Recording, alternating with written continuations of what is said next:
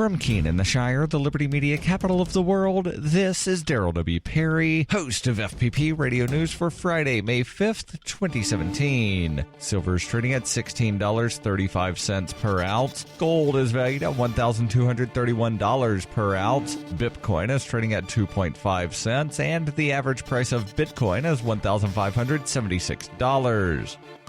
Antiwar.com reports in a move officials say is a strong message against North Korea. The House on Thursday voted 419-1 to pass the Korean Interdiction and Modernization of Sanctions Act. Representative Thomas Massey of Kentucky was the lone opponent of the bill. The bill, in practice, does virtually nothing as the U.S. already bans virtually all commerce with North Korea. Indeed, this bill threatens people who indirectly do business with North Korea, though again, most of them have already been sanctioned long ago, and anyone who uses exported North Korean slaves, which at this point it's not clear that's even a thing. This may not be a problem anyhow, since the act only goes into effect if the Senate passes a companion bill, and so far one is not even contemplated, let alone introduced or scheduled to be voted upon. The move appears to be wholly symbolic. Trump administration officials have talked up the idea of imposing more sanctions on North Korea in recent weeks, in addition to threatening to unilaterally attack them. Such moves have become increasingly difficult after decades of previous sanctions covered all the good stuff, and in the past few years, officials had to settle for bans on selling things like ski equipment to the North Korean government.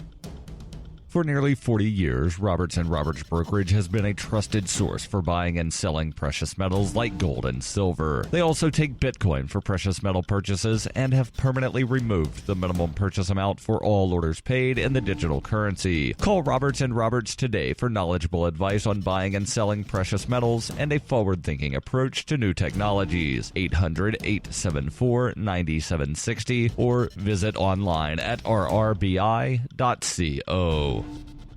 UPI reports President Donald Trump on Thursday signed an executive order seeking to ease the enforcement of rules prohibiting tax-exempt religious institutions from involvement in politics. At the White House Rose Garden, flanked by religious leaders and White House officials, Trump said, "We are giving our churches their voices back." Trump signed the order called Promoting Free Speech and Religious Liberty, which promises to protect and vigorously promote religious liberty. The order also directs federal agencies to exempt some religious organizations, such as churches, charities, and universities, from mandates under the Affordable Care Act that require employers to provide employees with health coverage for contraception. Trump's executive order will give the IRS discretion on whether to enforce the Johnson Amendment, a U.S. tax code provision implemented in 1954 that prohibits most nonprofits from participating in political activity. The executive order will leave it up to the IRS to determine who to punish for possible Johnson Amendment violations. In February, during the National Prayer Breakfast, Trump promised to get rid of and totally destroy the Johnson Amendment and to allow our representatives of faith to speak freely and without fear of retribution. Johnson Amendment violations can result in revocation of a group's tax-exempt status and an excise tax liability. Republicans have tried for years to repeal the Johnson Amendment, arguing that it hinders freedom of speech. A repeal of the provision requires approval from Congress. Mark Burns, a pastor who is a longtime supporter of Trump, told NBC News that Trump signing the order made it a great day for religious freedom in America.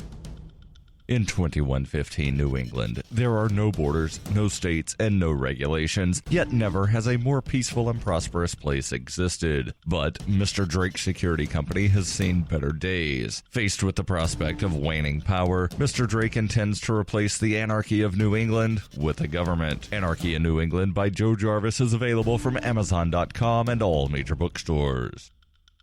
Reuters reports Delta Airlines apologized on Thursday to customers who were forced off its flight last month and said it would refund them and provide additional compensation. A video was posted online by Brian Shear on Wednesday claiming that Delta booted him off a flight along with his wife and 2 infants due to overbooking. The company said in a statement on Thursday, "We are sorry for the unfortunate experience our customers had with Delta. The flight was departing from Maui to Los Angeles on April 23rd. This comes nearly a month after United Continental Holdings sparked outrage for dragging a passenger by the hands out of an overbooked flight. However, the airline reached a settlement with the passenger last month. Following the United incident, Southwest Airlines said it would stop overbooking its flights. American Airlines also experienced its own public relations fiasco last month when a video went viral showing an onboard clash over a baby stroller.